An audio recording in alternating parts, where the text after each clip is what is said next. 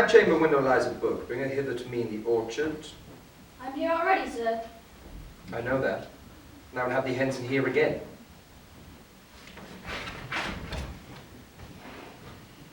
I do much wonder how one man, seeing how much another man is a fool, he dedicates his behaviors to love, will, after he had laughed such shallow follies in others, become the argument of his own scorn by falling in love.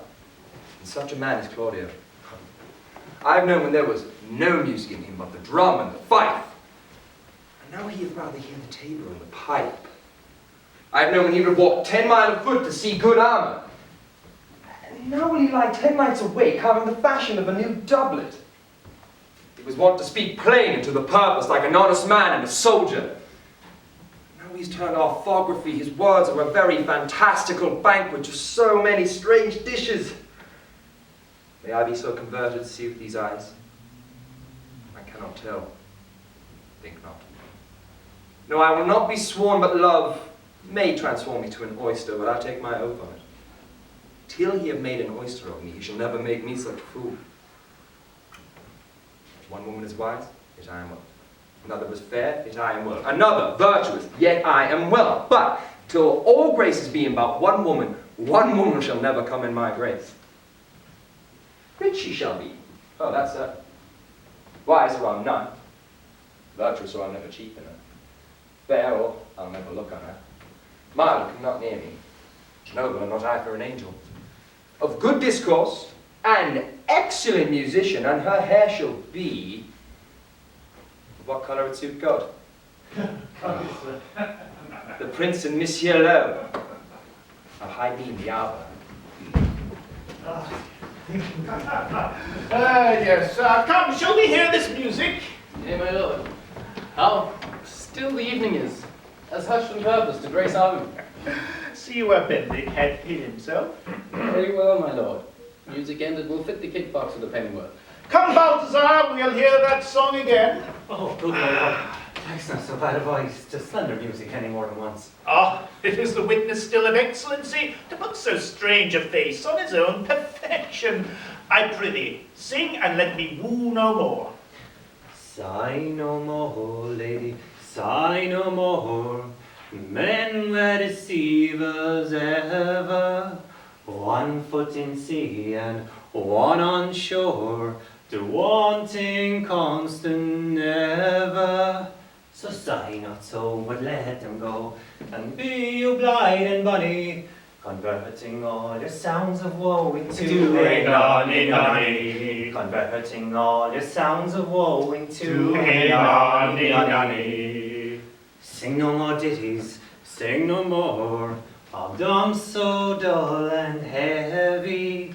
The fraud of men was ever so, since summer first was levy.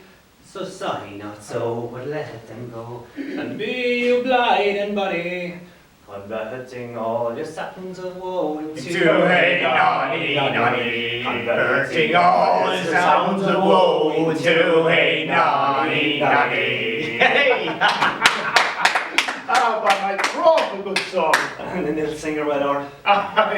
Nay, thou singest well enough for a shift. If he had been a dog and should have howled us, they would have hanged him. Yeah, I pray thee, Balthazar, we would get us some excellent music, for we would have it tomorrow night at the Lady Hero's chamber window. The best I can, my lord. Do so. Farewell. Come hither, Leonato. What was it you said to me today that your niece Beatrice was in love with Senor Benedick? Oh, aye, stalk on, the foul sits. I did never think that lady would have loved any man. No, nor I neither. But most wonderful that she should dote so on Signor Benedick, whom she had in all outward behaviour seemed ever to abhor. Is it possible? Just the wind in that corner. I cannot tell what to think of it, my lord, but that she loves him with an enraged affection. Maybe she doth but counterfeit. Faith, like enough. God, counterfeit. There was never counterfeit of passion came so near the life of passion as she discovers it.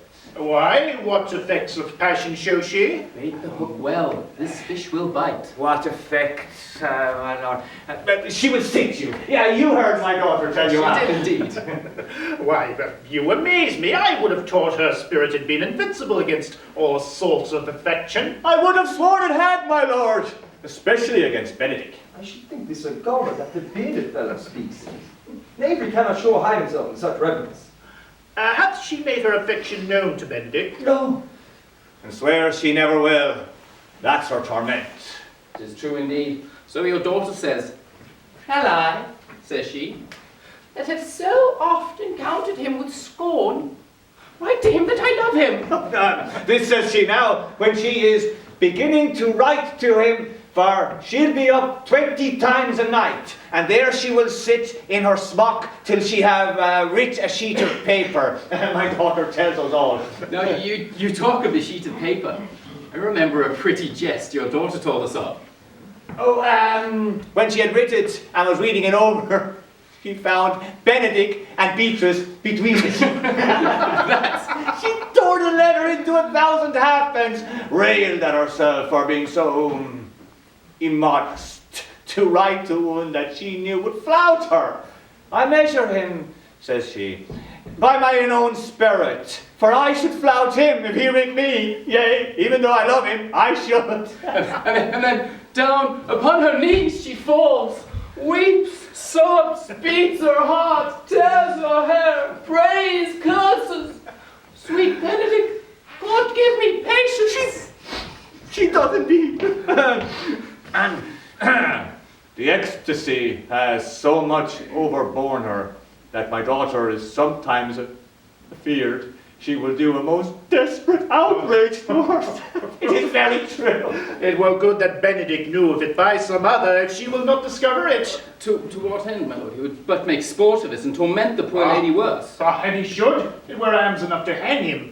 She's an excellent, sweet lady, and out of all suspicion, she is virtuous. And she is exceeding wise. Oh, in all but in loving Benedick. Dear my lord, wisdom and blood combating in soul, tender a body. We have 10 proofs to 1 that blood hath the victory. I am sorry for her, as I have just called us, being her uncle and her guardian. I would she had bestowed this dotage on me. I would have daffed all other respects and made her half myself.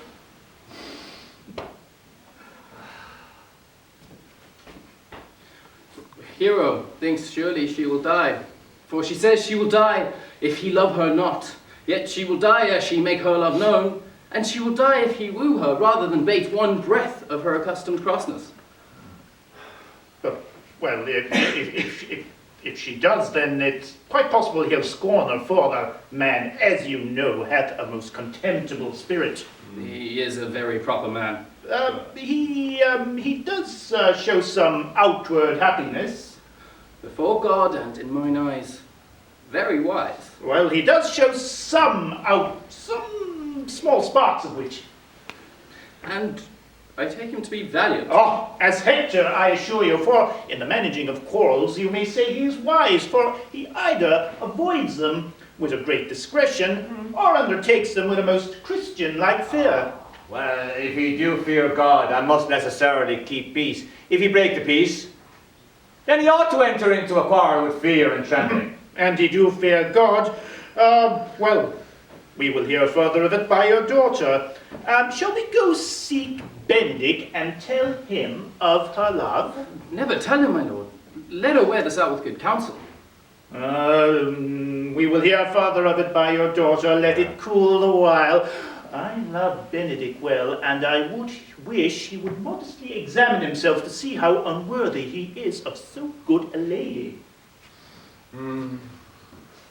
My lord, will you walk? Dinner is ready. If he do not dote on her upon this, I will never trust my expectation. Let the same net be spread for her, and that must your daughter and a gentlewoman carry. The sport will be when they hold one another such an opinion of each other's dotage. That is a scene that I would see, which would be merely a dumb show. Come, let us get her to call him in to dinner. This can be no trick. The conference was sadly born. They have the truth of this from Hero. They seem to pity the lady. I hear why I'm censured. They say I will bear myself proudly if I perceive the love come from her. They say too she would rather die than give any sign of affection. I did never think to marry. I must not seem proud. Well, happy are they to hear their detractions and put them to mending. Oh, they say the lady is fair. Is it true? I can bear them witness. And virtuous? Is so, I cannot reprove it. And wise? Well, for loving me. By my troth, it is no addition to her wit, nor no great argument of her folly, for I will be horribly in love with her. I may chance of some odd quirks and remnants of wit broken on me, because I have raved so long against marriage, but doth not the appetite alter? The man loves the meat in his youth, which he cannot endure in his age. Shall quips and sentences and papers of the brain awe a man from the career of his humour? No. No, the world must be peopled. When I said I would die a bachelor, I didn't ever think I should live till I were married. Here comes Beatrice. By this day she is a fair lady. I do spy some marks of love in her. Against my will, I am sent to bid you come into dinner. Sweet Beatrice, I thank you for your pains. I took no more pains for those thanks than you take pains to thank me. If it had been painful, I would not have come. Oh, you take pleasure then in the message. Yea, just so much as you take upon a knife's point and choke a dog with all. You have no stomach, Signor? Fare you well. I guess I will have said to bid you come to dinner.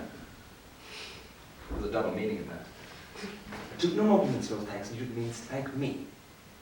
Well, that's as like to say, any pains I take for you is as easy as thanks. If I do not pity her, I am a villain. If I do not love her, I am a Jew. I will go get her picture.